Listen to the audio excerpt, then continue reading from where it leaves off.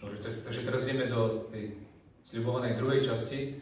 Ktokoľvek by chcel naozaj, hneď ho niečo napadne, pokojne sa prihláste. Radšej nech to povie vtedy, ako keby to potom zabudol. Možno, že práve naopak je veľmi dobré, že to počujú všetci ostatní, pretože možno majú podobnú otázku, ale sa mám spýtať.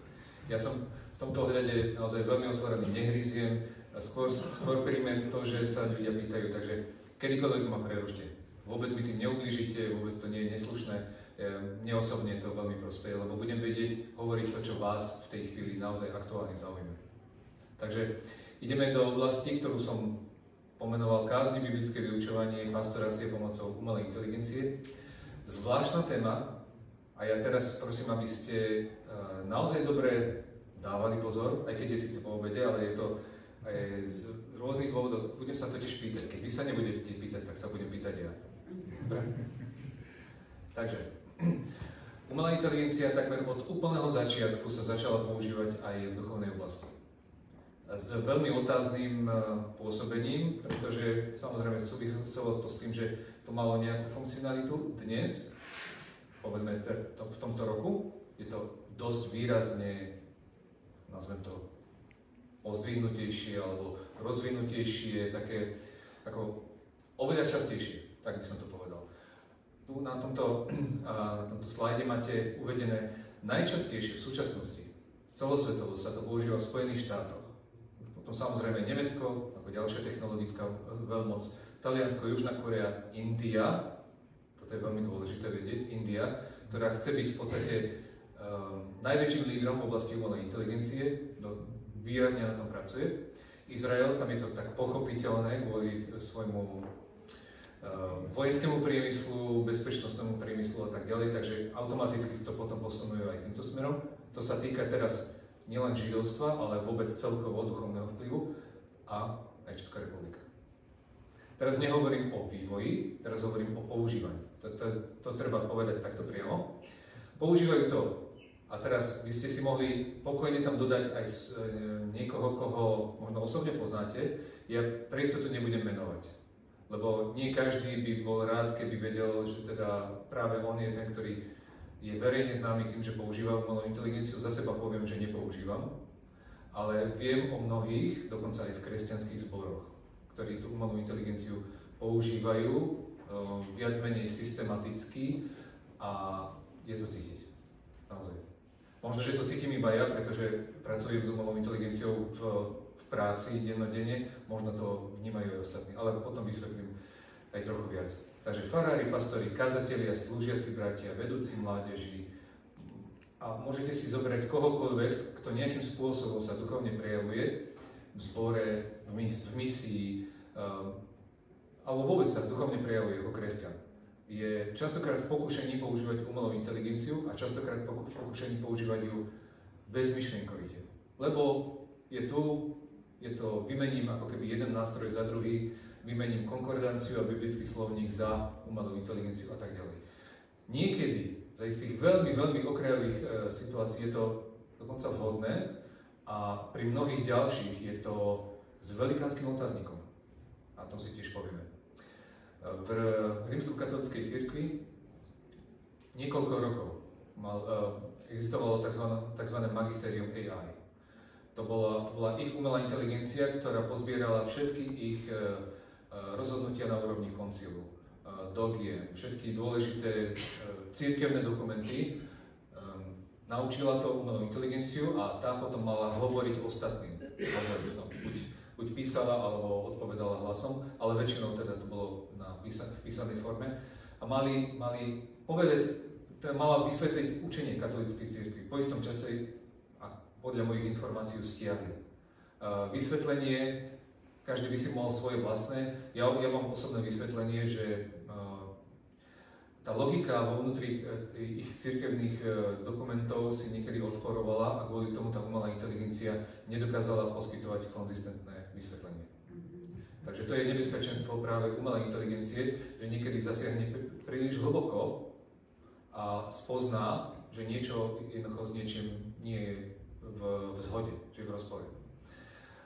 Zároveň príprava kázni ako taká v takom evangelikálnom prúde, hlavne v Spojených štátoch, alebo bola, tak lepšie povedané, bola, veľmi často, naozaj to je, ako v roku 2023 sa hovorilo, že to bolo nejakých 20% kazateľov používalo umelú inteligenciu na písanie kázní.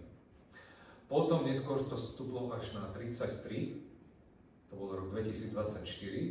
V súčasnosti tie čísla si neodvážujem odhadnúť, ale typujem, že sa zväčšujú. Avšak tu treba brať tieto dáta treba brať s veľkou rezervou, pretože tie dáta sú z výskumu, ktorý robila jedna organizácia na vzorke 600 kazateľov alebo pastorov. Koľko je v Spojených štátoch tých pastorov, kazateľov, oveľa viac. Čiže môže byť veľmi nereprezentatívna.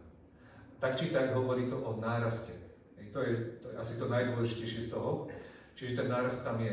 Častokrát je to podporované tým, že na webe vyrastlo množstvo rôznych aplikácií, ktoré mali v sebe GPT ako názov. Sermon GPT, Bible GPT, čo tam ešte bolo také, Jesus GPT a tak ďalej a tak ďalej.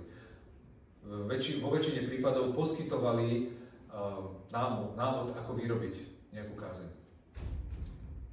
Priznám sa, že som si to neskúšal. Z jedného dôvodu dal som si ako sám taký princíp, že pre mňa generovanie čohokoľvek duchovného nie je v rukách umelej inteligencie. Ja rozumiem ale aj tomu, že je množstvo ďalších veriacich ľudí, ktorí na to môžu mať iný názor. A rozumiem tomu, že majú na to nejaké argumenty, ja mám takisto svoje argumenty. Ja vám sa budem snažiť povedať tie svoje, vysvetliť tie svoje. Nebránim sa akýkoľvek diskusii, nebudem nikoho za to ani odsudzovať, ani sa na neho pozerať zle, pretože viem, že Pán Boh toto všetko vidí. On rozhodne. To je pre mňa to dôležité kritérium. Čo však ako ja osobne vidím ako obrovské nebezpečenstvo je potom to následné ovocie. A to ovocie prichádza v podobe výrazného, povrchného vzťahu s Bohom. Tam je veľmi vážny problém, že vlastne keď kázeň dokáže umelá inteligencia vyprodukovať za 10 sekúnd, tak ten človek sa nebude 3 dní pripravovať pred Bohom a na kolenách hľadať Božiu vôľu. A ak teda to chce takto robiť, tak tých 10 sekúnd až mu vynahradí tie 3 dní a myslí si, že potom môže tým pádom viac robiť pre Pána. Zaručujem vám, že ešte som sa nestretol s takým človekom. A myslím si, že ani vy sa s takým človekom nestretnete, lebo tá úspora času je taká obrovská, že to bude venovať skôr čomukoľvek inému. Je to tiež na úrovni toho, že to človeka môže skôr úplne zvádzať od Boha. Ale nehovorím, že nepoznám aj takých, ktorí sa o to snažia. A rád si počkám si na výsledky, ale zatiaľ tie výsledky nevidím, ako v tom dobrom zmysle. No, podvody a skratky, žiaľ, sa dejú častokrát aj v kresťanských kruhoch pri použití umelej inteligencie, pretože keď nikto nepovie, že má kázeň, povie tú kázeň, tú službu a nepovie, že pomohol som si umelou inteligenciou, tak vlastne je to plagiátorstvo, alebo pirátstvo, akokoľvek si nazvete, to nie je jeho dielo. Samozrejme, dá sa diskutovať, ale že nič z toho, čo povieme v zhromaždení, vlastne by nemalo byť naše. Nemalo by to byť naše myšlienky, pretože malo by to byť z Ducha Svätého. Malo by to Pán Boh, ktorý to všetko nám dal, ktorý to pretvoril v nás a v našom živote to potvrdil a až potom to hovoríme.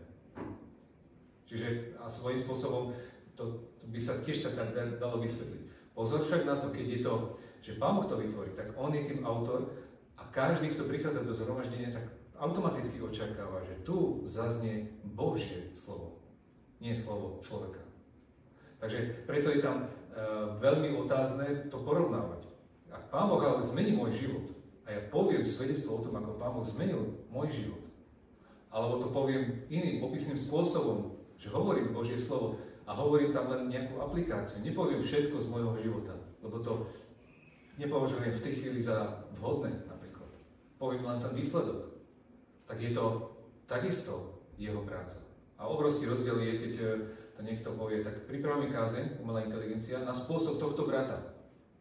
Lebo ten tak dobre hovorí, takže ja by som chcel mať tiež podobný úspech. To je veľmi otázne. Ja to nechcem ani nejako znehodnocovať, ale je to žiaľ, videl som to na vlastné oči v priamom prenose. A priznám sa, nerobí to naozaj to, čo by ten človek chcel. Kázne od sekulárnej marketingovej firmy. Skúšali ste to niekedy? Boli ste vypísaní na plánik a povedali ste si, toľko času už nemám. Ale viem, že je to taká dobrá marketingová firma. Tá, keď dá nejaký slogan, ako nejakú marketingovú kampaň, tak to je dobré. Ja tam dám zadanie, že nech mi vygenerujú, vytvoria kázeň. Neviem, či ste to skúšali, alebo či ste počuli o niekom, že by sa to pokúšal. Toto je zhruba to, čo dokáže vlastne človek, ale si zameďme tú marketingovú firmu za umelú inteligenciu. Ona je to skoro to isté. To je len nejaká organizácia, ktorá Boha nepozná a umelá inteligencia ho ani nemôže poznať. A ide a na základe len informácií, ktoré má niekde k dispozícii, niečo vygeneruje. Môže to byť dobré, teoreticky. Má to ducha? Je to Bohom naozaj použiteľné?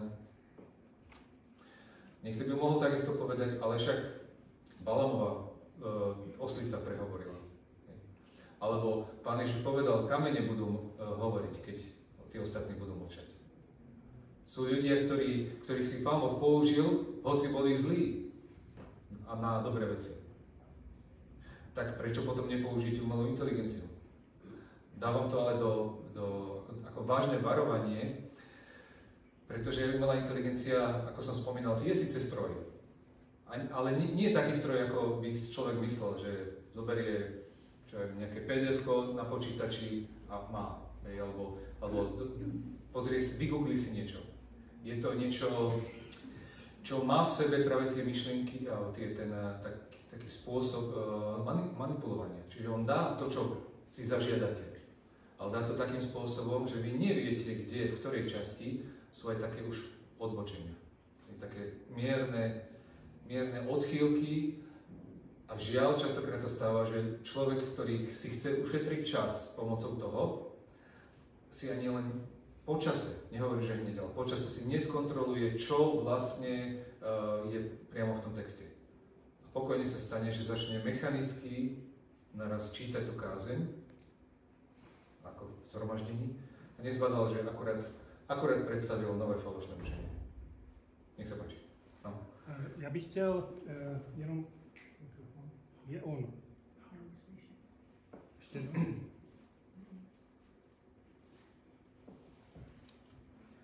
Já se přiznám, že jsem... Mluvte nahlas.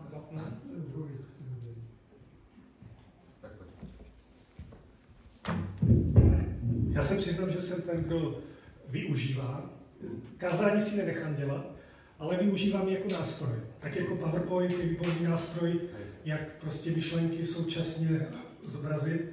A je to zní, jakoby jsme se na AI dívali jako na špatný nástroj, ale je to jenom nástroj. Každý nástroj je prostě univerzální a může být použít k dobrému nebo ke zlému. A tak jenom bych chtěl, jestli chápu, že máš nějaký postoj k tomu, ale když řekneme, že jsou nějaké ty okrajové věci, ve kterých může dobře sloužit, tak jestli lze říct některé z nich, ve kterých to udělá jakoby dobrou práci, kdy nám to ušetří. No, jedno z tých malých aj v podstate takých užitočných spôsobov, ako možno použiť v duchovnej oblasti, je také tzv. Inteligentné hľadanie. Ale to znamená to, čo používame, alebo niektorí používajú, keď googlia, alebo teda hľadajú na internete, tak umelá inteligencia dokáže urobiť to isté, že vie prehľadať na internete. Z technického hľadiska to ale vidím ako obrovský krok späť. Pretože v súčasnosti umelá inteligencia používa dosť zlý algoritmus vyhľadávania, čiže ona dokáže niečo vyhľadať, to zosumarizuje veľmi pekne, ale tie linky, ktoré akurát našla, vôbec nemusia byť natoľko relevantné, ako tie, ktoré poskytuje Google. Ale to sa môže v priebehu pár mesiacov zmeniť. Tam nasleduje nejaký technologický pokrok. Takže treba brať, že teda hlavný princíp tam je, že tá umelá inteligencia niečo poskytne, ale nikdy nie je záruka, že to, čo poskytla, je pravdivé. Preto si to treba overovať. A preto môže niekomu síce ušetriť prácu, ale podľa skúseností z univerzitného prostredia, študenti, ktorí sú vyučovaní na svojich univerzitách, aby používali umelú inteligenciu, ako pozitívne ju používali, nech to teda aj uverejnia vo svojich prácach, že používali umelú inteligenciu, majú zároveň povinnosť si všetko overovať. A z ich skúseností je, že ten čas, čo strávia overovaním, sa rovná tomu, ako keby si to sami vyhľadávali. Možno sú len nešikovní, možno to je dané tým, že teda ešte natoľko nie sú zbehli, ale im to vlastne prácu neušetrí. Môže im to pomôcť v tom, keď sú extrémne leniví, tak viete, ako študent, keď nemusí, tak nerobí. A pokojne sa stane, že vlastne si to neoverí. Nechá to len tak, tým pádom si naozaj ušetril čas. Takže to je jeden zo spôsobov. Práve viem, že u mnohých pastorov, napríklad oni, keď si pripravujú kázne, tak si pripravujú spôsobom, že pozrú sa teda, čo hovorí o tom umelá inteligencia. Osobne sa za to neprihováram. Kvôli tomu, lebo majú síce nejaký názor a rozumejú teda, že tomu celej tej problematike. Takže oni by vedeli to odhaliť, že kde asi teda sa tá umelá inteligencia chybuje.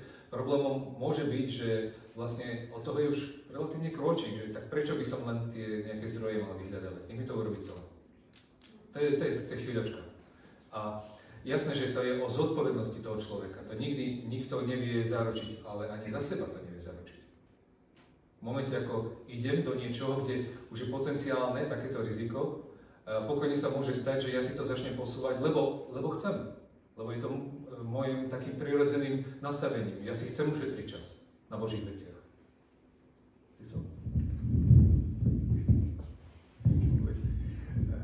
Já jsem se chtěl zeptat, takový mě napadá porovnávání, vlastně ta umělá inteligence je určitý jazykový model, vlastně, který se učí na reálných nějakých vyjádřeních, větách, nazbíraných v obrovském množství, že dává dohromady souvislosti a váží teda ty jednotlivé výroky, i co se týče třeba pravděpodobnosti, ale vlastně podobně probíhá výuka člověka, dítěte. Dítě taky prostě vstřebává postupně slovní zásobu, co jak se jmenuje, souvislosti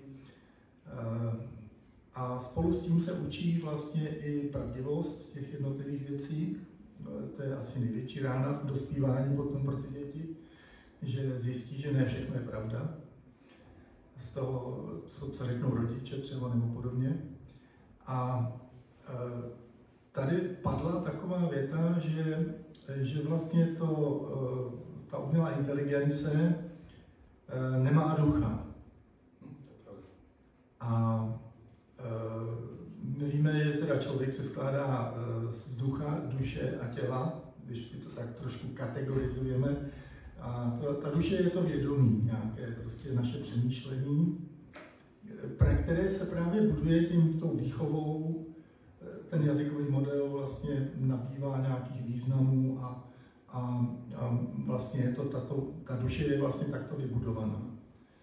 A víme, že co se týče ducha, tak i v nevěřících lidech, protože to je život od Boha, který máme vdechnutý, tak pořád figuruje u člověka v podobě třeba svědomí i ten zastoupený boží duch v tomhle smyslu, který nám vlastně jako svědomí vlastně pomáhá, třeba napovídá, jako co bychom neměli dělat a podobně, aby jsme se styděli třeba a tak dále.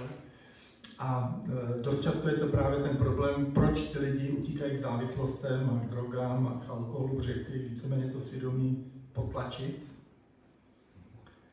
A teď by mě zajímalo, jak se, Mariane, díváš vlastně na možnost ten jazykový model, tu umělou inteligenci konkrétní, směrovat už tím, na jakých datech vlastně je trénovaná. Protože existuje třeba model ve Švýcarsku, jenom jsem slyšel, ale že nechali umělou inteligenci vytrénovat jen na textu Bible, božího díla, nebo božího slova, teda, jo. A to je, myslím, taková nejpopulárnější pomůcka jako těm všem duchovním lidem, kteří chtějí pomáhat tím. Padlo tady, že to je vlastně konkordance, trošku jako jiná konkordance, jiné vyhledávání. A asi pravděpodobně ještě inteligentnější než vyhledávání na základě jednoho slova nebo kmenového základu slova.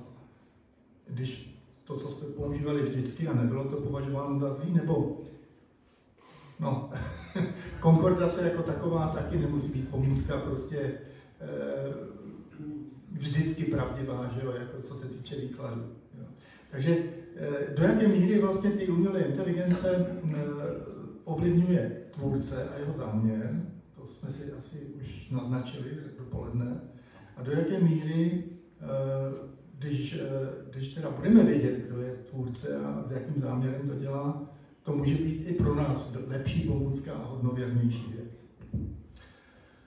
Ešte dopoviem vlastne tú odpoveď moju, ktorú Gientovi, tak celkom úspešne sa používa umelá inteligencia napríklad na vytváranie spoločenských hier, ktoré majú nejaké biblické posolstvo. Používajú to občas pracovníci s besiedkami na to, aby vytvorili nejaké pekné biblické hry, aj spoločenské, aj také, kde to je v súvislosti s nejakými súťažami vonku, fyzickými, nejakými cvičeniami a tak ďalej.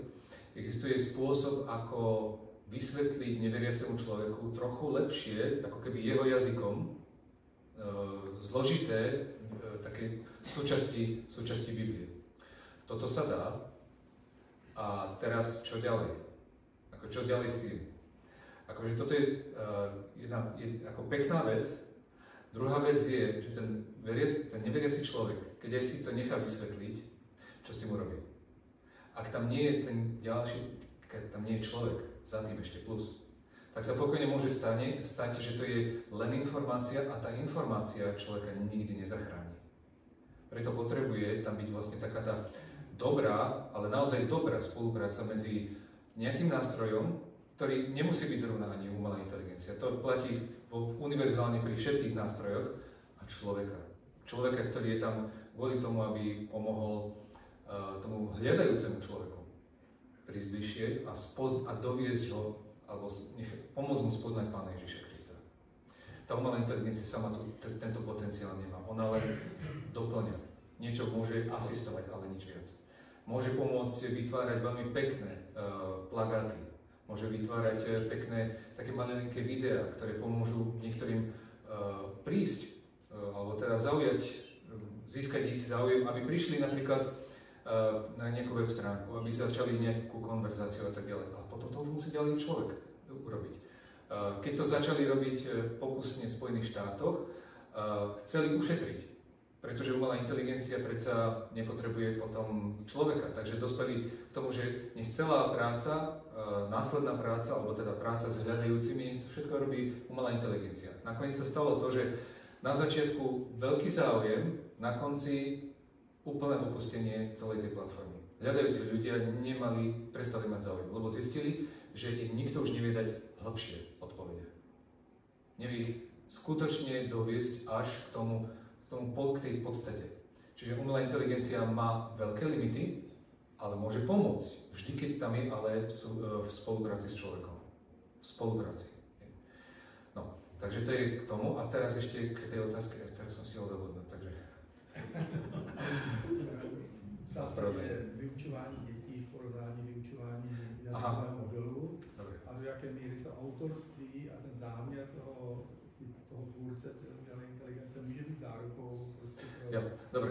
No školstvo ako také je vlastne regulované zákonom o umelej inteligencii. Malo by aj ostať že umelá inteligencia by nemala vyučovať, nemala by učiť deti, pretože je tam veľmi veľké nebezpečenstvo, že tie deti sú veľmi citlivé. To znamená, akákoľvek aj menšia odchýlka môže spôsobiť vážne problémy. Samozrejme, to isté sa môže udieť u učiteľov, ale tí učitelia majú právnu zodpovednosť. Zatiaľ, čo tá umelá inteligencia nie je človek, je to len stroj a nikto nemá právnu zodpovednosť. Auto nemôže zabiť človeka, tak povediac. Auto len ide a ono nemá ten zámer. Nemá ani nedbanlivosť, lebo ide presne podľa svojho algoritmu a nič iného ho nezaujíma. Zodpovednosť za to má niesť tvorca. A v prípade, aj keď ide o napríklad učenie detí a tak ďalej, právnu zodpovednosť musí niesť ten samotný výrobca. Ale nikto nechce ísť do takéhoto rizika, ani zo strany výrobcov, pretože to je príliš veľké riziko. Preto napríklad mnohé platformy, čo máte na internete, len neoficiálne používajú umelú inteligenciu. Používajú ju, ale nechcú ju ani v podstate priznať, pretože boli by to veľké právne dôsledky, keby sa niečo stalo. Takže oni sa skôr nepíšia tým, že používajú umelú inteligenciu, na rozdiel od mnohých ďalších výrobcov, ktorí poskytujú akékoľvek služby a práve že tí sa budú píšiť, že používajú umelú inteligenciu. Neviem, či som to povedal. Keď nie, však potom ešte dodáme. Môžem ďalej ísť, hej? Dobre. Takže pohľad písma. Môže to byť, a častokrát to žiaľ aj je, prekážka duchovnému rastu. Na začiatku, ako som hovoril, je to skvelé na informáciu. Ale informácia môže aj zastaviť človeka, pretože ho v podstate ako keby naozaj naviaže na to, že hľadá len a len nové informácie. Také niečo podobné ako Gréci v Atenách hľadali nové. Preto si vypočuli Pavla, skvelé, a čo ďalej? Potom ostalo len taký, že potrebujú ďalšie nové informácie. A nič viac, žiaden záujem. Modlárstvo, to už som spomínal viackrát. Nebezpečenstvo to môže byť a aj pomoc zároveň, pretože keď človek vyhľadáva duchovnú pomoc, niekedy úplne tak prirodzene inklinuje k tomu, že však ja nechcem, aby sa to dozvedel človek, nechcem, aby sa to niekde inde rozšírilo, tak použijem niečo anonymné. No to tá AI poskytuje taký dojem anonymnosti, ale za tú cenu, že to vlastne potom nakoniec je nebezpečné pre toho človeka. Hej, ale zase, samozrejme, toto je názor jedného z mojich priateľov. Alkohol, vojny, zbrojenie, detská práca tiež vraj priniesli rovnaké množstvo aj dobrého. Tak skúste si zvážiť, áno, teoreticky by mohol aj alkohol spôsobiť veľa dobrého, že? Áno, pre niekoho áno. Ako je to uhol pohľadu. Čiže aj umelá inteligencia môže, dokonca aj ja môžem povedať, že v mnohých veciach môže pomôcť. A v niektorých veciach aj v tom duchovnom zmysle, ale musím ja osobne dodať, že ale treba tam prichádzať s veľkou mierou opatrnosti. Z môjho súdka, keďže pracujem ako IT architekt, asi 18 rokov, 20, tak viem, že IT firmy si želajú veľmi všade nasadzovať umelú inteligenciu, pretože to je obrovská úspora ľudí, obrovská úspora času a tak ďalej. Ale iba 5% z nich to dokázalo v súčasnosti nasadiť s užitkom. Ostatní to majú viac menej ako takú imidžovú záležitosť. Niečo malilinké si tak vyladili a použili umelú inteligenciu na to, ostatní majú problémy. Pretože v momente, ako to nasadili, tak okamžite prišlo napríklad k výraznému hackerskému útoku. Alebo k hackerským útokom. Toto je natoľko nezrelá technológia, že v podstate na internete na niekoľkých nemenovaných web stránkach je každý deň rebríček nových a nových úspešných útokov. Dokonca poriadajú majstrovstva sveta v tom, ako prerazia cez obranu ďalšieho modelu. A to nie je, že len konkrétneho modelu jedného, ale aj celé riešenie, keď je to obalené už takou bezpečnou security, takouto bežnou. Nie je to celkom bezpečná technológia, naozaj. A treba s tým rátať. A títo firmy si uvedomujú, že v momente, keď to nasadia nezodpovedne, tak si koledujú o obrovské penále z pohľadu zákazníkov, poškodenia dobrého mena a a možno aj to, že uniknú dáta vo vnútri firiem. Napríklad sa stalo, že unikli z Copilotov od firmy Microsoft všetky dáta o mzdách vo firme. Všetky. Dovnútra firmy. Von sa to ešte nepodarilo, ale dovnútra firmy áno. Čiže každý ten posledný radový zamestnanec vedel, koľko zarába jeho kolega alebo prezident firmy. Globálne výpadky umelej inteligencie sú dosť časté, pretože ona príliš rýchlo rastie. Ona potrebuje narásť, lebo je tam stále rastúci záujem. Ale ten rastúci záujem je niekedy tak veľký, že to nestihnú pridávať ďalšie servery. Takže kvôli tomu sa stáva, že je výpadok, pretože tá prevádzka alebo tých požiadaviek je príliš veľa. A následkom toho, keď niečo vypadne, tak si predstavte kazateľa, ktorý na tom je v podstate životne závislý, pretože mu to šetrí čas, tak automaticky potom nebude vedieť vôbec kazať. To je ako keby bol odstrihnutý od Svätého Ducha. Ale táto istá umelá inteligencia mnohým prepracovaným pracovníkom cirkvi, kazateľom, farárom pomáha napríklad v administratíve, čo je úplne normálna, taká bezpečná záležitosť, pretože tá administratíva hovorí, naformuluj mi alebo preformuluj mi znenie tohto mailu, čo chcem poslať. To je ešte také bezpečné. Aj keď aj v takom prípade treba to za tým kontrolovať, hlavne keď je tam za tým napríklad nejaký duchovný obsah. Áno, tak toto je tvrdenie, ktoré som sa minulo dozvedel, ani som nechcel to počuť, ale žiaľ som sa dozvedel. Keď bude dosť peňazí, a teda aj AI, tak ani Svätého Ducha nebudeme potrebovať. To bola hláška, ktorú si myslím dosť výrazne ten človek po nejakých skúsenostiach, zlých skúsenostiach s AI opravil, ale žiaľ je to také typické myslenie, že stačí dosť peňazí, ktoré investujem a investujem správne, to znamená na nejakú správnu AI a budem tým pádom nezávislý od Svätého Ducha. A už viem, čo bola tá druhá časť otázky. To bol vlastne ten model, ktorý bol vlastne len natrénovaný na dátach kresťanského alebo duchovného obsahu.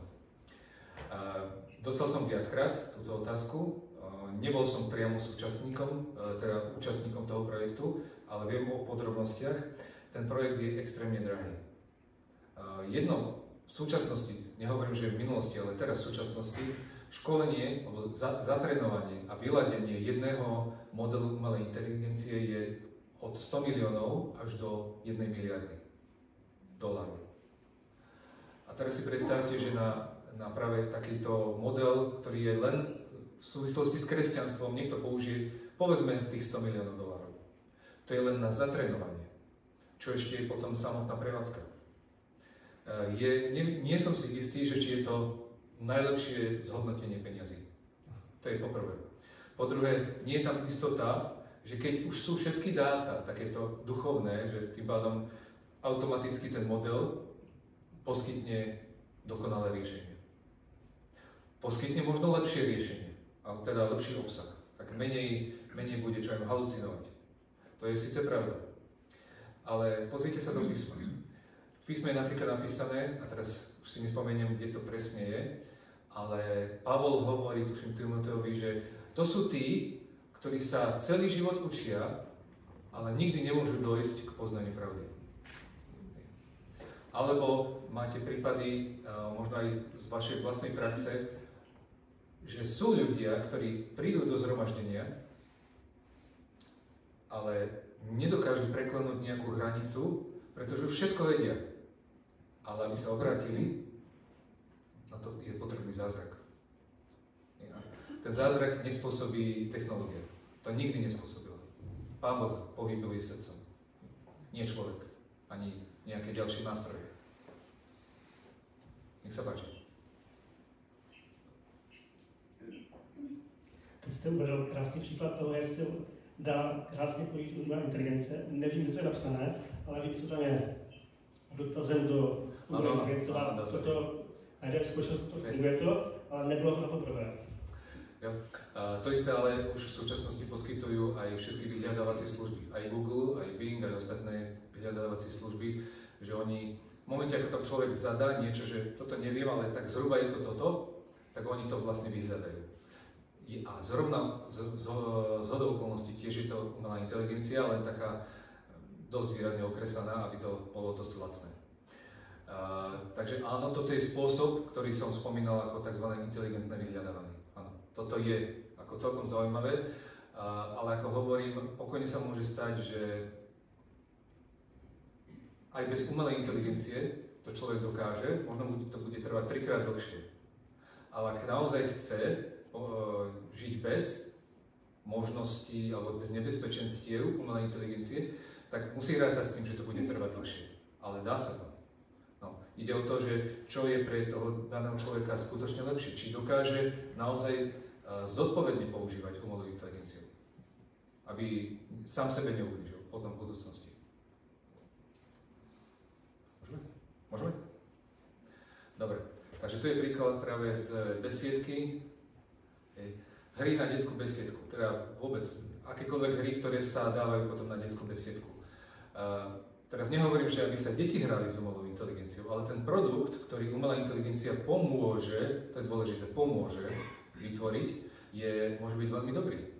Pretože častokrát tí pracovníci s dorastom, s besiedkou aj s mládežou potrebujú neustále ďalšie a ďalšie podnety. Umelá inteligencia im niečo z toho vie dodať, niečo, ale treba tam znovu mať taký dobrý filter zo strany človeka. Ale pozor na to, používa sa umelá inteligencia aj pri evangelizáciách. To si neviem celkom dobre predstaviť ako, ale ako to chcú spojiť s tým, že keď niekto hovorí Božie slovo a chce hovoriť k ľudskému srdcu, ako to chcú spojiť s umelou inteligenciou? A to, ja osobně to považuji za velké nebezpečenstvo. Já bych tomu dal příklad, když mám nějaký obsah, o kterém chci mluvit, tak můžu poprosit umělou inteligenci, aby mi vygenerovala dobré otázky. A to si myslím, že je příklad toho jazykového modelu, který funguje výborně, protože při vyučování používat dobré otázky je jakoby úžasný způsob, jak vlastně vtáhnout, zvlášť pokud mluvíme o dorostu a mládeži, tam, kde je potřeba opravdu je trénovat v přemýšlení, jo, a to je třeba výborná věc, kdybych takové otázky nevymyslel. Rozumiem. Ja sa osobne k tomu neprikláňam, poviem otvorene, aj z toho dôvodu, že párkrát, keď som skúsil to isté, ale v svetskej oblasti, teda v tej oblasti, čo pracujem, tak som zistil, že po čase prestávam mať schopnosť klásť ja osobne otázky. A viem si to veľmi dobre predstaviť, že aj v tej duchovnej oblasti môže nastať veľmi podobná vec. Pretože je to dobrý nástroj, ako dobrý sluha, ale môže sa to stať veľmi zlý pán. Ono naozaj vie niečo poskytnúť dobre, ale to isté dokáže človek, len mu to bude trvať dlhšie. Len to bude možno viac potu. A teraz, čo z toho človek naozaj chce? Môže si to používať tak, že teda uľahčím si to a ja osobne nemám proti tomu nič, ale ja sám to nebudem používať preto, lebo som zistil, že mne to jednoducho nevyhovuje. Dobré otázky je niekedy vhodné nájsť pri priamej konfrontácii s tými mladými ľuďmi. Lebo tí mladí ľudia niekedy potrebujú čas, potrebujú, aby človek do nich investoval a potom sa dozvie tie otázky. No a samozrejme, že ocenia dobré otázky, ktorú vygeneruje umelá inteligencia, a čo za tým? Potom ďalej. Oni očakávajú častokrát, že tak ako som položil dobrú otázku, tak viem aj dobre napríklad zodpovedať. Alebo viem dobrú následnú prácu. Že som jednoducho biblickou rečou, nech je tvoj pokrok zrejmý vo všetkom. Čiže oni očakávajú každý prirodzene, že bude tak ako v jednej veci pokročil, tak potom pokročil aj všetkých ostatných. Tak neviem, či som zodpovedal otázku. Môžem ďalej? Dobre, ďakujem. No, rozhovory s neveriacimi ľuďmi, alebo hľadajúcimi, to som tiež spomínal. Duchovné problémy v rodine, v práci, vo vzťahoch, vo financiách, v škole a tak ďalej. Tu sa častokrát z môjho pohľadu tá umelá inteligencia hromadne zneužíva. pretože sú veci, ktoré by sa nemali dostať vôbec von. Medzi tými 4 stenami by mali odznieť. To hovorím teraz o pastorálnej práci napríklad. Ak tam niekto chce používať umelú inteligenciu, sám pre seba si môže veľmi skomplikovať život, pretože tie dáta nie sú bezpečne uložené. My sme vo firme mali dlho mesačnú diskusiu, ktoré dáta naozaj dávať do promptov umelej inteligencie. Po veľmi takých zvláštnych incidentoch, ktoré u nás nastali, a teraz hovorím vo vnútri firmy, ktoré sme vedeli tým pádom lokalizovať a zabrániť úniku, tak sme došli k jednoznačnému takému rozhodnutiu, že niektoré veci tam nebudú dané nikdy. Nikdy, pretože nikdy.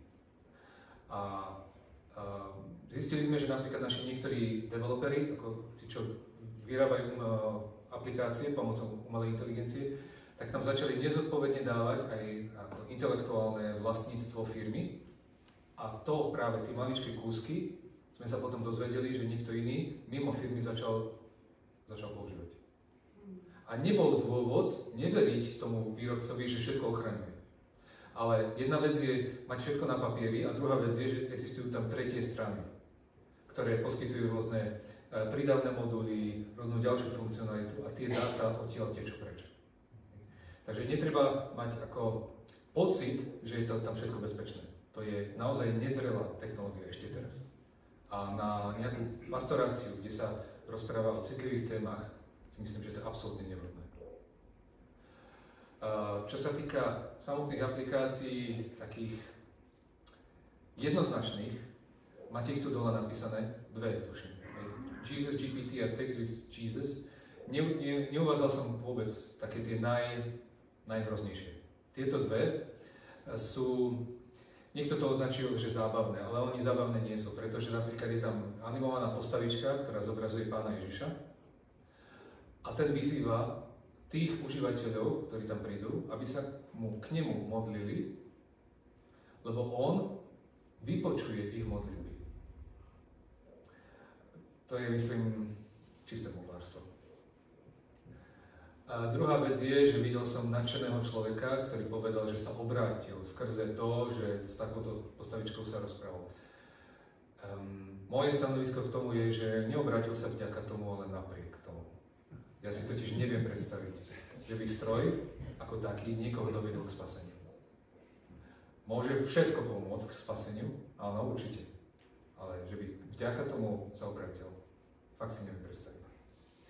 No a potom sú tam rôzne ďalšie aplikácie, ktoré dokonca vyzývajú, že keď sa nebudeš ku mne modliť, tak nebudeš mať požehnanie, nebudeš mať peniaze a tak ďalej, a tak ďalej.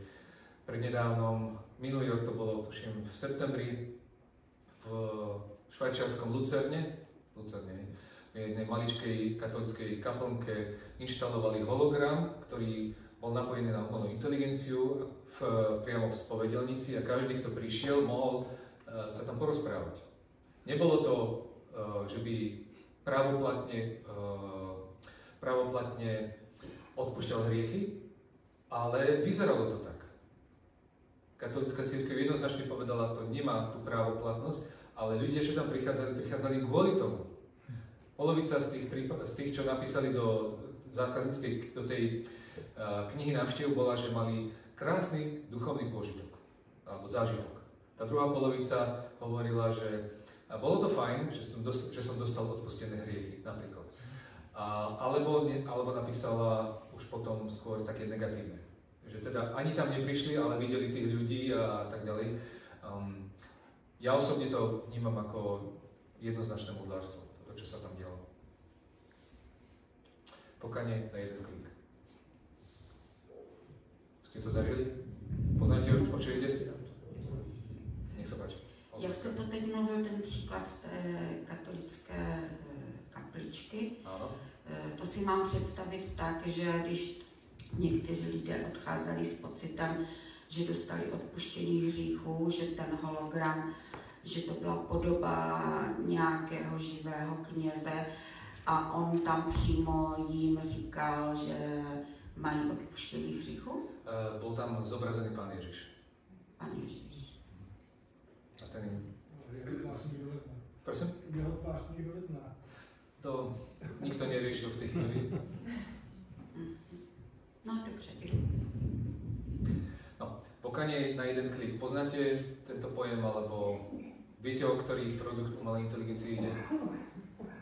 Nie? Volá sa to forgiveness, odpustenie.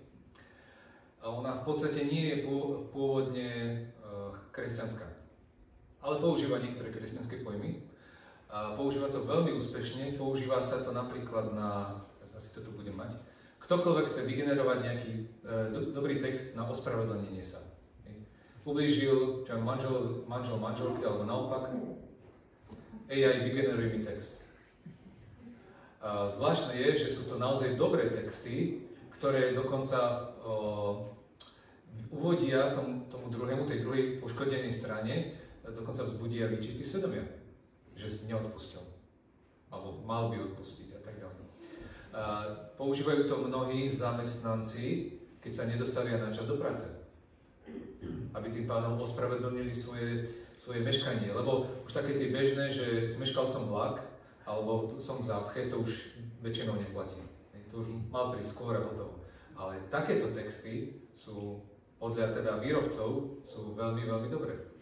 Ale používajú to aj tínedžeri na to, ako oklamať svojich rodičov. Že mám dobré výsledky v škole, pustíte ma na zábavu a tak ďalej.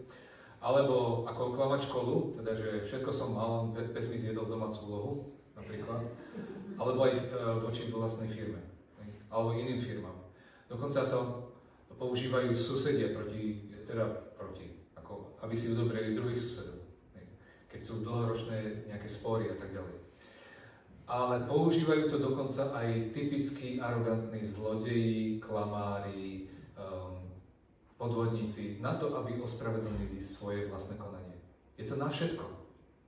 Jednoducho, presne tak, ako som hovoril, umelá inteligencia nemá v sebe ten pocit pravdy. Nemá žiadny morálny kompas. To, čo jej zadáte, tak to urobí. A táto urobí to tak, ako to čítate. No, pomaly, ale isto prechádzame potom do tej druhej časti, takže ak teraz máte nejakú otázku, tak povedzte. Nech sa páči.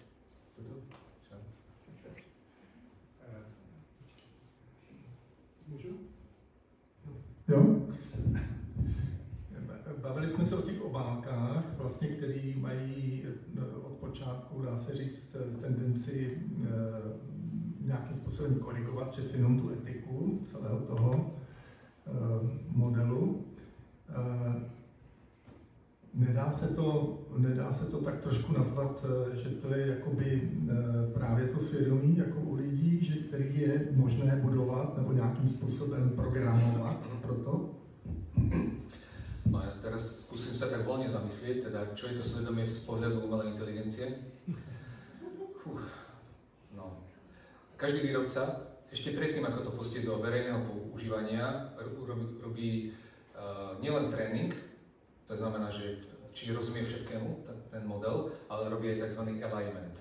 Alignment je proces, kedy sa to snaží napasovať na morálku, ale tá morálka závisí od toho daného štátu, lebo je niekedy daná zákonom, niekedy daná nejakou tradíciou a tak ďalej. Takže mnohí výrobcovia teraz uvažujú, že nebudú mať jednu takúto západnú morálku, ale začnú vyrábať modely, ktoré budú špeciálne určené napríklad pre moslimov, kde teda žena nemá absolútne žiadne práva napríklad a cudzinec je automaticky v postavení otroka. Samozrejme, ak nie je turista, tak vtedy má ešte aké také práva. Ale ak urazí domáceho, tak automaticky sa dostáva na úroveň otroka. Takže toto napríklad idú robiť, ale ešte som chcel. Každá firma má tzv. Voľnosť, ako vlastne celý ten alignment urobiť. Vie, že na tom konci musí prejsť nejakým takým, nazývajú to, že etickou komisiou. Že majú zhodnotiť teda, či ten systém je uspôsobený na to, aby mohol ísť do verejného používania. Toto si robia firmy same, vo vnútri. Ale potom ešte smerom von, voči štátu, ten štát má právo pozrieť dovnútra. Pozrieť, že teda, či sa splnili tieto a tieto požiadavky. A jedna z nich je aj etická. každá firma, ktorá vyrába umelú inteligenciu, musí mať takzvaný, to sa teraz volá presne, jednoducho musí mať nejaký etický výbor. Alebo ľudí, ktorí sú technickí, ktorí sú napríklad psychológovia, sú právnici, sú ekonómovia a spolu vlastne vytvárajú alebo sa snažia zistiť, či ten model nebude škodiť. Je to super záver, akorát, že všetky firmy v súčasnosti prepúšťajú týchto členov etických tímov. Pretože je to nie, že pre nich nákladné, ich brzdia. A to sú firmy ako také. A potom ešte na tej národnej úrovni je to ešte ďalej horšie.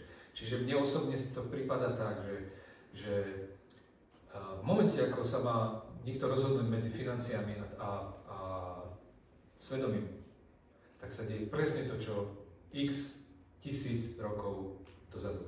Je to stále vyhrávať tie peniaze. To svedomie tam vždycky je nejaké, ale dokáže to človek umlčať. Dokáže to obísť. A hlavne pri stroji, ktorý vlastne žiadne svedomie nemá, len sa tam to nejako umelo vytvorí. Dá sa ho vypnúť. Dá sa ho znížiť tú úroveň citlivosti. Dá sa ho ohnúť. Dá sa s ním urobiť čokoľvek, pretože je to stroj. Tak neviem, či som takto zodpovedal. Dalo by sa ešte o tom veľmi veľa rozprávať, ale žiaľ je to, nie je dobre sa to počúva, pretože nie je to oblasť, kde by človek naozaj sa vyvíjal. Skôr naopak. Ide dole, dole, dole, dole. Takže sa teraz môžem pýtať ja? Neberú. Nech sa páči. Já mám asi 3 otázky, takové kratší, doufám. První jsem se chtěl zeptat, jak jste říkal na začátku, že ta umělá inteligence je zhruba na stupni jako 3letého dítěte, a na druhou stranu pak říkáte, že když ty chatboty jsou, takže prostě odpovídají rychleji než člověk, reagují rychleji než člověk. Jo, kde je teda, nerozumím tomu přesně. Jo. No, pri rýchlosti my sa nikdy nemôžeme rovnať strojom. My reagujeme oveľa pomalšie, naše nervové vzruchy idú ako keby dlhšou trasou, alebo oveľa dlhším to trvá, kým sa dostanú na miesto. Stroje sú extrémne rýchle. No, na tých úplných počiatkoch tí výrobcovia sa snažili imitovať tú rýchlosť, ktorú má človek. Takže to v podstate tak pomaličky písalo. Ako keby naozaj to písal človek, ktorý má za sebou školenie bezchybného písania. Ale v súčasnosti je to, pri tých novších modeloch je to tak, že to urobí takto. Tá umelá inteligencia, ona, pokiaľ je dobre nastavená a pokiaľ nemá príliš veľkú záťaž, ona dokáže naozaj to urobiť v zlomku sekundy. Aj veľké operácie. Ale my si nemôžeme to predstaviť, že to je len vďaka tomu, že to je jednoduché. Ako ten vývoj v oblasti hardwareu je tak obrovský, že to umožnil. Povedzme pred 10 rokmi, ak by sa terajší software nainštaloval na ten starý hardware, tak by to bolo zhruba na úrovni, ako je človek. Čiže to, že to dokáže rýchlejšie reagovať, to je len a len vďaka rýchlejšiemu hardwareu. Nie je to výslovne samotnou funkcionalitou toho modelu umelej inteligencie. Pak jsem se chtěl zeptat, jak jsou třeba nějaké sci-fi filmy jako Matrix nebo Terminator, jestli tohle je reálné. Jestli je reálné, že v blízké budoucnosti se ta umělá inteligence uvědomí sama sebe, stane se nezávislou a zbouří se proti člověku. Jestli to jde tím vývojem, anebo ne? No. Je to stroj. Čiže z celkovej definície stroja to je nemožné. Druhá vec je, že viacerí ľudia sa snažia vytvoriť ako keby zadné dvierka do tohto stroja, aby ho potom mohli podľa ľubovôle nejako používať.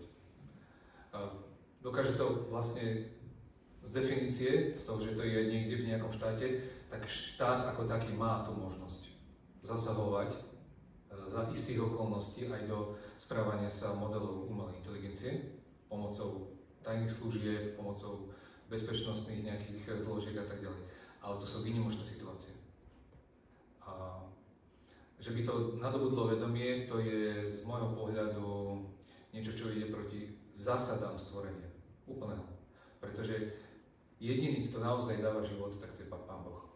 Všetko ostatné. My sami nevieme sebe dať život, aj keď samozrejme pomocou umelej inteligencie sa mnohí snažia extrémne predĺžiť život alebo dokonca vytvoriť večný život, že budeme žiť večne, pretože vďaka tým rôznym výdobytkom umelej inteligencie budeme vedieť obnovovať svoje orgány, budeme vedieť všetko meniť, tým pádom budeme stále čerství, stále mladí, stále výkonní, stále živí. Ale to je, myslím si tiež, to je obrovská utopia. Ale celkovo žiť, alebo teda život ako taký nám môže dať jediný Pán Boh. Takže uvedomiť si a tak ďalej, ak niečo také bude, tak to bude len imitácia, za ktorou bude človek. Ale sama o sebe neverím, že také niečo bude.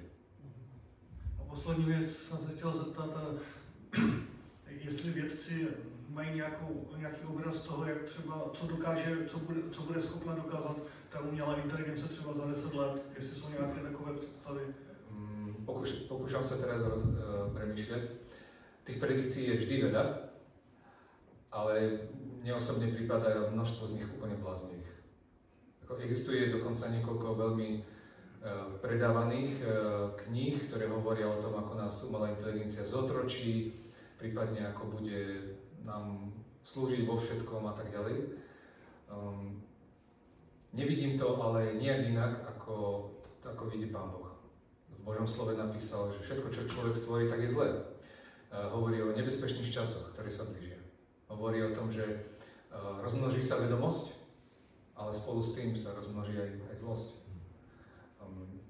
A osobne to vnímam tak, že žijeme naozaj v posledných časoch a nevieme, kedy príde k tomu, čo je v písme jednoznačne napísané, k vytrhnutiu cirkvi, k udalostiam, ktoré sú zapísané v knihe Zjavenie a tak ďalej. Čiže ja tam nevidím priestor pre to, čo sú tie veľké fantázie alebo čo ukazujú filmy. Skôr vidím to, že Pán Boh buď to zastaví, ako celý vývoj, môže pokojne zastaviť, tak ako zastavil Babylonskú väžu. Môže spôsobiť to, že človek to využije len po tú istú hranicu. Ale môže sa stať pokojne aj to, že ho nechá, aby zažil všetku tú zvrátenosť tých svojich skutkov. A potom nastane súd. A ten nastane. Ale že by zotročila, ako stroj, že by zotročil človeka, to si nemyslím.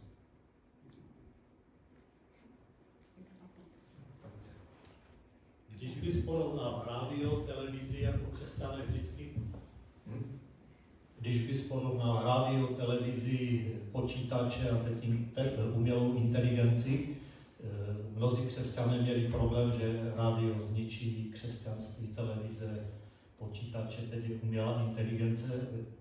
Máš nějaké porovnání, jak bys to vnímal, tuto oblast? To je taká trošku záľudná otázka, pretože očakáva sa teda, že umelá inteligencia bude rovnaká. To znamená, že bude tu také vnímanie, že najprv že je nebezpečná a potom, že už bude bezpečnejšia. Neprikláňam sa k tomu z jednoduchého dôvodu. Všetko ostatné bolo, alebo ešte je a aj bude vlastne len dieťa oproti tomu, čo dokáže umelá inteligencia. Niekoľko rokov dozadu existovalo veľmi úspešné hnutie, ktoré centrálne riadilo regulácie vo vnútri vývoja umelej inteligencie. Dnes tie regulácie nie sú. Napriek tomu, že táto organizácia to celé spísala, je vyše 700 vážnych rizik, čo sa týka nasadenia umelej inteligencie. Ako rizika na človeka ako takého. Takéto rizika nemalo rádio nikdy. Televízia mala úplné minimum. Úplné. Sociálne siete doteraz z nich majú možno 1 promile, možno 1 riziko, možno 2. Všetky ostatné sú umelé inteligencie. To je tak razantný nárast, že ja si neviem predstaviť, nemôžem povedať všetko, čo viem teraz, ale neviem si predstaviť, že by to bolo len také, že to tak prirodzene ostane Že sa to prirodzene príjme a prirodzene sa to stane dobrou súčasťou človeka. Samozrejme chápem a rozumiem aj tomu, čo sú trendy v súčasnosti. A jeden z tých trendov je, že teraz rastie mladá generácia, o ktorej už teraz sa hovorí, že nebude poznať počítače, nebude poznať aplikácie, bude poznať len umelú inteligenciu. Všetko bude umelá inteligencia. Takže ideme do takejto doby a nevieme, či Pán Boh to zastaví, alebo nie. Ale vieme, že naozaj takáto doba ide.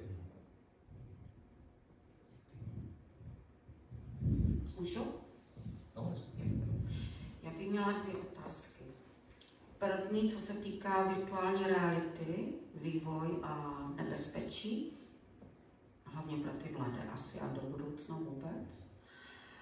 A za druhé nevím, jestli ty, jak to mám nazvat, bytosti, entity, četla jsem, že se vyvíjejí propojení lidí se stroji. Nevím, jestli se nazývají kyborgové. Tak jestli byste k tomu mohli něco říct. Děkuji. Tak najprv k tej druhej otázke. Nejdem menovať konkrétne mená, ale asi viete, o koho ide. Majiteľ firmy Neuralink vyhlásil, že jeho prepojenia stroja s ľudským mozgom, že v momente, ako boli úspešné, že už nič nebráni tomu, aby sa to začalo používať celoplošne, globálne. Doteraz sa to neuskutočnilo z jedného dôležitého dôvodu. Začali veľké problémy. Priamo tá implementácia do mozgu totiž vyvoláva protireakciu ľudského mozgu. Čiže ten mozog to začína vytláčať, začína to blokovať. Ten mozog je totiž nielen biologický materiál, ale zároveň aj elektrický materiál. To znamená, vie poškodiť všetky tie kontakty a tak ďalej, sa bráni. Druhá vec je, ale že vďaka tomu vymysleli úplne nový spôsob. A to medzi mozgovú lebku a mozgovú blanu, tam existuje priestor, ktorý sa dá aj prirodzene natiahnuť bez toho, aby to spôsobilo poškodenie. Tam vlastne žiaden ten ľudský, ako keby ľudské tkanivo tomu nebráni a dokážu medzi to pomocou jednoduchej operácie vložiť čokoľvek. Aj takéto veľké, ako skoro až polovicu A4, A5-kový formát, ktorý môže byť vlastne len plast plný čipov. To sa dá. Dnes sa to už dá. Dá sa to nasadiť tak, že to je hodinová operácia, možno už to bude aj menej. Je to bezbolestné, bez nejakých ďalších komplikácií a vydrží to v podstate celú večnosť. Celý ľudský život. Takže to sa dá. Či to nakoniec sa dovedie ďalej, ako v tom smysle, že z toho sa stanú nejaké prepojenia, čo pôvodne bola tá myšlienka, že človek bude napojený priamo na stroj, tým pádom bude mať ako keby vládu nad tým strojom, alebo naopak ten stroj nad človekom. To teraz nikto nevie. Jedine, čo vieme, teda, že takáto možnosť je, ako to bude ďalej, ja sa neodvážim špekulovať. Ale akorát viem to duchovné pozadie celého toho hnutia, transhumanizmu, je, že chcú nahradiť človeka, aby mohol akúkoľvek súčasť svojho tela nahradiť buď umelým, alebo nejakým iným ľudským orgánom. A za tým celým je, že vlastne človek stráca svoju hodnotu. Akože už vlastne nie je ten, ktorý bol, že Pán Boh stvoril ako živú bytosť, ale je len stroj, ďalší biologický stroj, nič viac. A to je dosť nebezpečné učenie, ktoré sa niekedy dostáva aj do zboru, alebo do cirkvi. A tá prvá otázka? Dobre. No, virtuálna realita, tak to, čo asi myslíte teraz, také tie špecializované okuliare, ktoré vytvárajú 3D efekt. Asi, dobre. No, tých pokusov tu už bolo, ja neviem koľko, minimálne posledných 20 rokov, celkom úspešných. Ale nikdy sa tá technológia neujala hromadne. Či sa ujme teraz? Nikto nevie. Tak či tak, ako existuje ďalších niekoľko stoviek rôznych alternatív k tejto virtuálnej realite. Jedna z nich je priamo napojenie na isté oblasti mozgu, kde dokáže dokonca umelá inteligencia čiastočne čítať myšlienky a čiastočne reagovať na tie myšlienky. Existuje spôsob, ako vnútiť človeku iný pohľad, ako myslené tým, že napríklad cez našu nervovú sústavu dostaneme úplne iné vzruchy, ktoré vypôsobia priamo na tej úrovni mozgovej sústavy úplne iné vnemy, zrakové, sluchové a tak ďalej. Ale toto je stále ešte len v štádiu výskumu. Toto sa nedá teraz hromadne nasadiť, ale je to možné, že sa to v budúcnosti bude dať. Ale virtuálna realita ako taká, mladí ľudia používajú častokrát také tie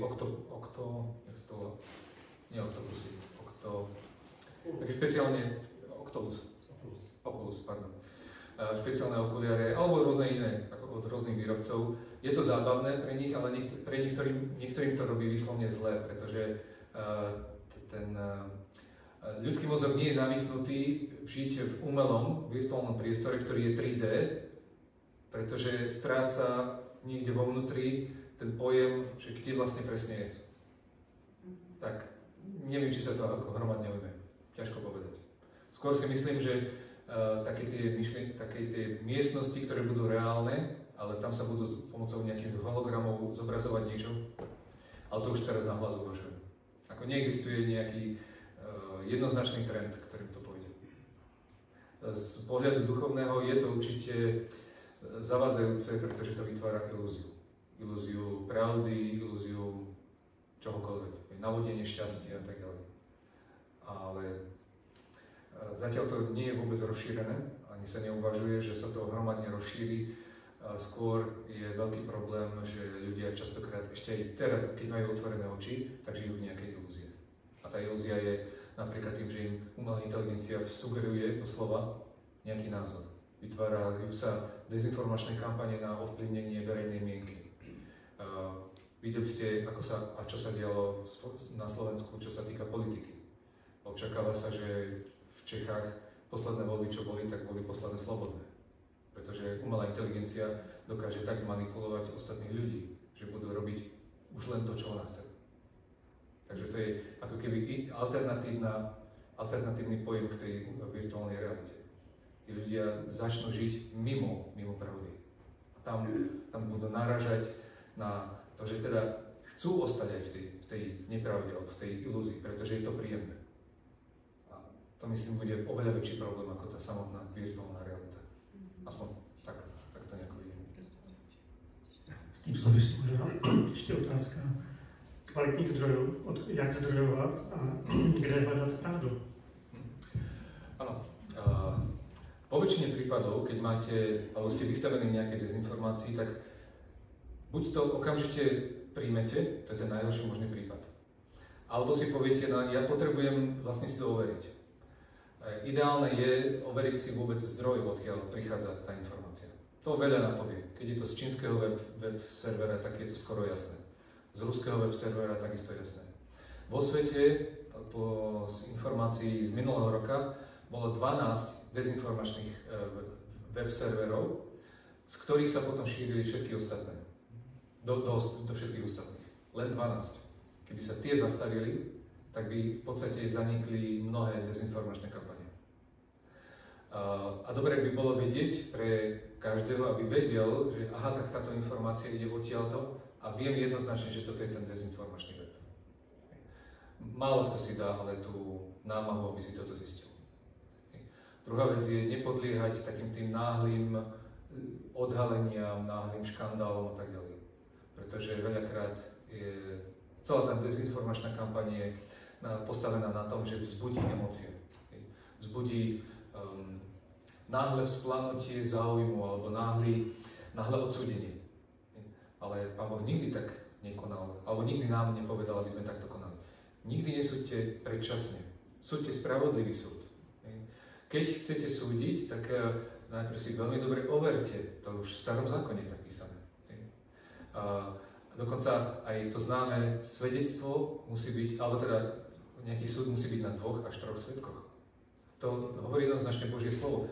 A zdravý rozum ešte plus k tomu, to je veľmi dobrá kombinácia. Pretože ten zdravý rozum nám častokrát veľmi jasne ukáže, ale toto tu je jednoducho, to nesúhlasí s týmto a s týmto. Tie dezinformácie nemusia byť natoľko presvedčivé, oni častokrát nie sú ani presvedčivé. Oni ale počítajú s tým, že presvedčia aspoň 10, 20, 30% ľudí. A to im stačí. Tých ostatných nemusia ani presvedčiť, stačí, že ich zneistí.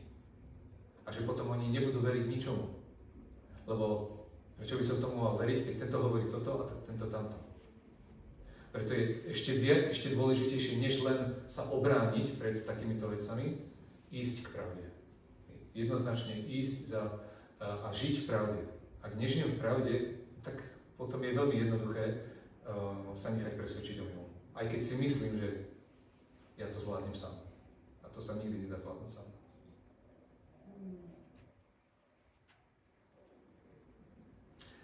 Moje otázky, môžem? Keď AI takzvané nadobudne vedomie, som pripravený sa jej kláňať?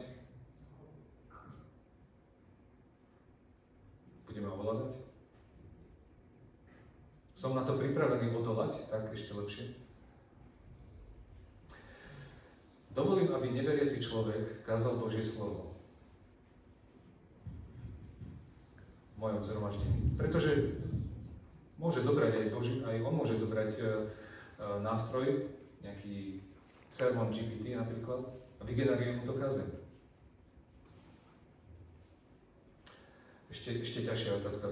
Prepustím AI chatbotovi svoje miesto a službu v zbore?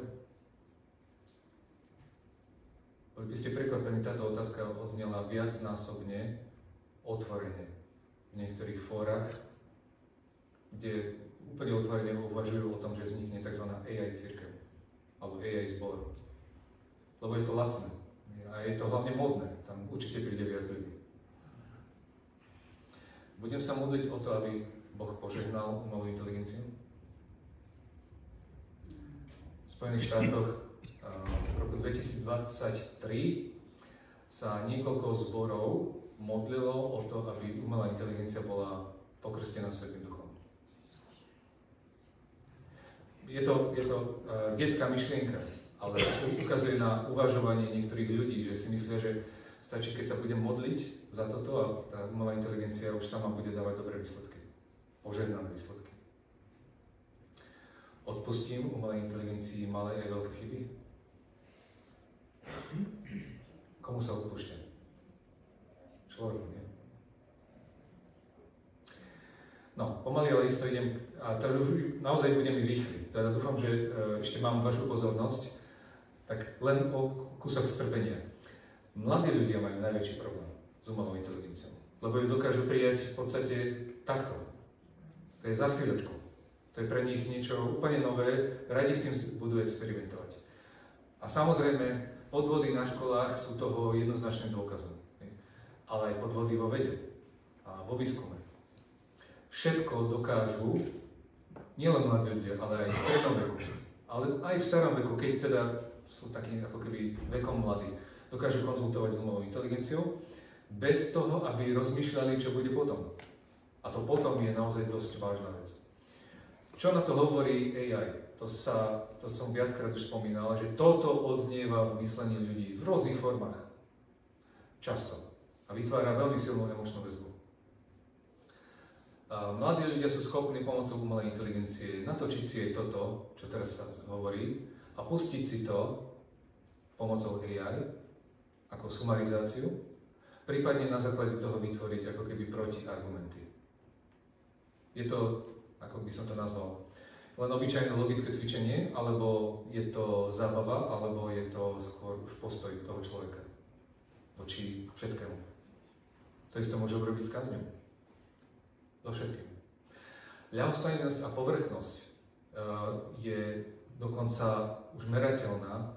Už v tom prvom roku od začatia takej tej revolúcie z pohľadu tej generatívnej umelej inteligencie, to znamená už v roku 2023, namerali až 65% pokles kreativity a záujmu zo strany vysokoškolských študentov. Neskutočné číslo.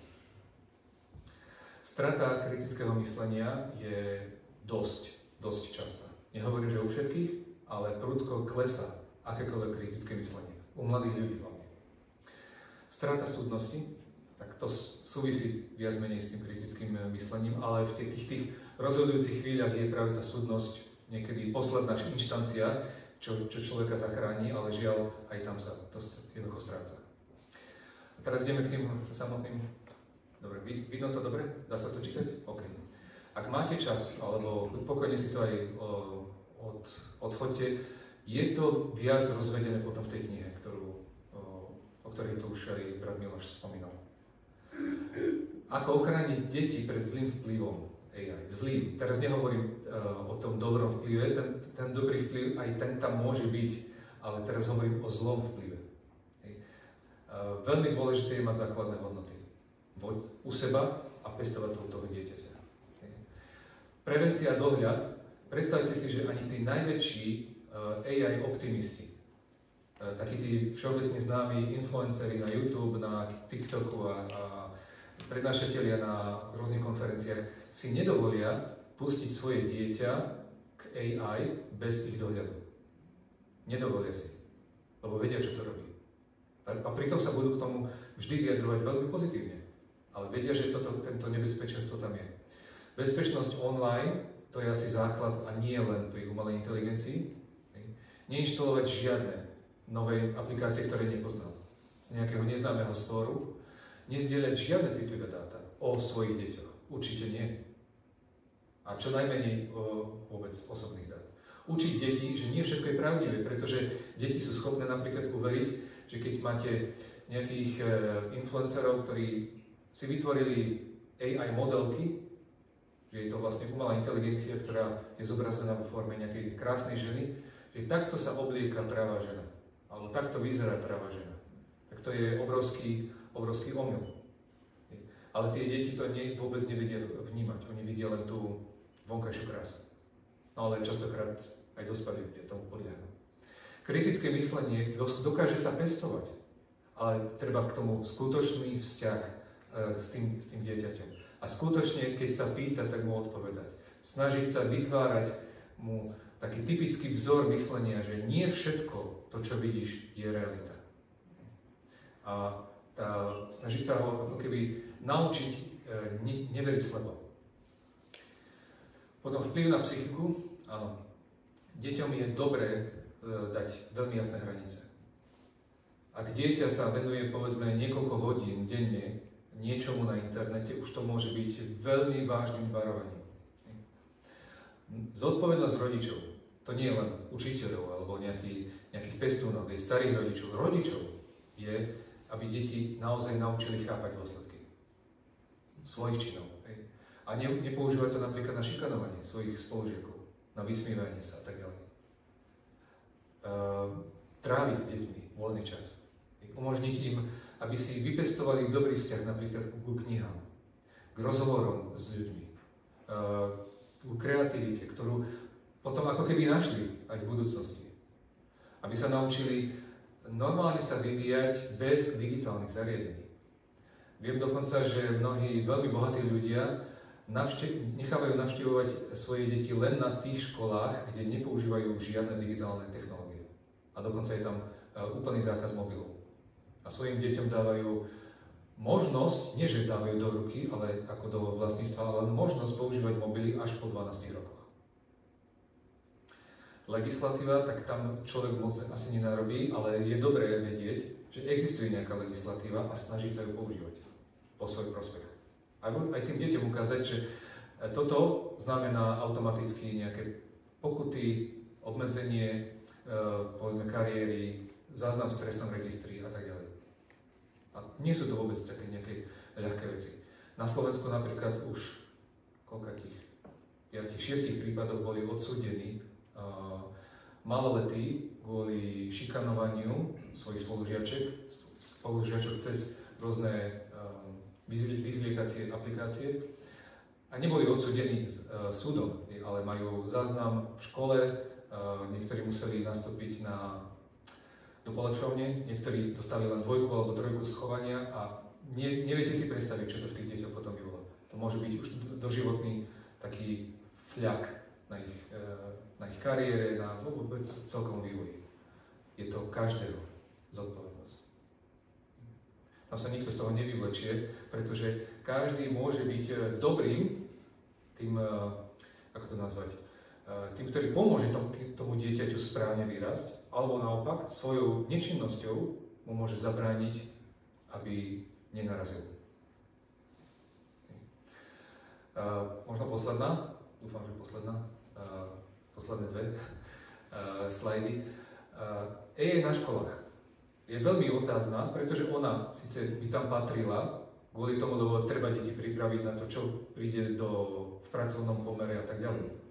Ale málo ktorá škola, alebo málo ktorá učiteľka alebo učiteľ je pripravený na to, že tie deti prvé, čo urobia, zistia všetko, ako sa to dá zneužiť.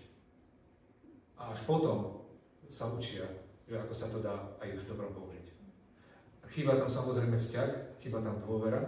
To je asi vážny problém nie len pri vyučovaní o AI, ale je tam vážny problém celkovo, že vlastne sa vytvára taký dlhoročný, dlhogeneračný problém potom do budúcnosti. Možno, že lepšie porozumejú ťažšiemu učivu a to je super. Ale existuje už množstvo ďalších aplikácií, ktoré urobia to isté, bez nejakého nebezpečenstva možného ďalšieho zneužitia. Problémom je aj to, že tie deti sa napríklad už neučia vôbec mechanicky niečo naspamäť. A hoci sa to zdá, že to je práve naopak dobré, ale ono vlastne, keď dieťa sa niečo, ale aj dospelí, keď sa niečo učia naspamäť, neskutočne dobre si začínajú občerstvovať svoj mysel. Zatiaľ, čo pri používaní AI sa začína vlastne obrusovať tá mysel. Poznám niekoľkých manažerov, vysokých manažerov, ktorí boli, hádam, prví, čo začali používať umelú inteligenciu na Slovensku. Z nich takmer nikto už nie je tak dobrý, ako bol kedysi. Pretože to pravidelné používanie umelej inteligencie ich ako keby zbavilo tých schopností sa dobre rozhodovať. Nie je to vekom, vôbec nie, pretože to je rozdiel jedného roku. Ale oni v podstate sa dostali do cyklu, kde tá umelá inteligencia už naozaj rozhoduje za nich. A nemieli často skontrolovať.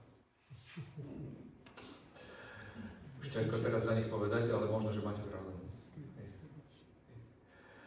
Je dobré mať nádej do budúcnosti. Mať. A ja by som neraz zakončil nejakým negatívnym vyjadrením. Vôbec nie. Sú síce mnohé falošné nádeje o umelej inteligencii, ale nezabúdajme, že máme oveľa väčšiu nádej v Bohu, ktorý predsa nám dal radosné očakávanie. Blahoslavenú nádej. Máme nebeské občianstvo. A tak to je to, čo vlastne očakávame. Čo je naša nádej bez ohľadu na to, čo sa teraz udeje v tomto svete, vo svete AI alebo a tak ďalej. Nemôžeme ako toto zobrať ako náš život. Ako myslím teda, že budeme neustále pod tlakom toho, že však všetko toto je zlé. X vecí ďalších je zlých. Možno, že v tejto chvíli ešte horších, aspoň teraz. Ale máme Boha, ktorý nad tým všetkým deje, ktorý tomu rozumie a ktorý povie raz dosť. A ktorý hľadá moje aj vaše srdce, aby hľadalo jeho. A nie len to dobré alebo zlé pre seba, ale jeho, ktorý nad tým všetkým deje. Ktorý, keď raz povedal, ktorý panuje nad vodami potopy, panuje aj teraz. A nikto a nič